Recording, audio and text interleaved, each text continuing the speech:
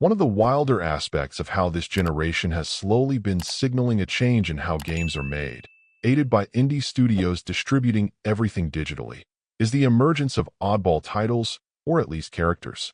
One common thread for a portion of these titles has been the inclusion of cats as either a protagonist or at least involved centrally in some way, but none to date have chosen the route CATO has gone on, rolling with the popular buttered cat paradox, which proposes that a cat with a piece of buttered toast on its back, buttered side facing towards the cat, could essentially achieve anti-gravity.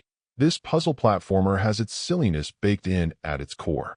Running with this conceit alone could have made for an amusing game, but thankfully the developers have instead used it as a launching pad for smart play.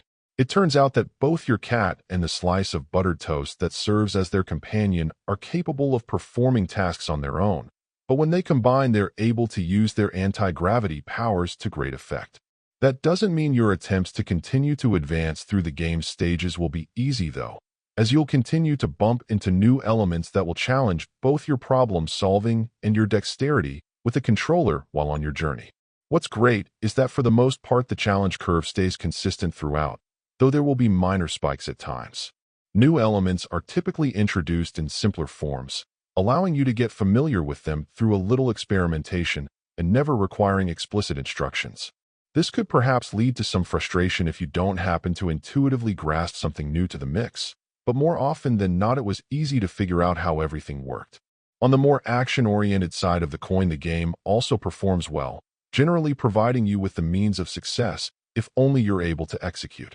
Between the pretty simple controls and clean performance, every challenge thrown at you feels within reach, and yet still quite satisfying.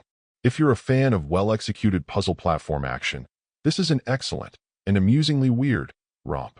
Overall, my final score for the game ended up being an 8.8. And if you're interested in picking it up, it's currently available on the Switch eShop for $11.99. Thank you for taking the time to listen to this review.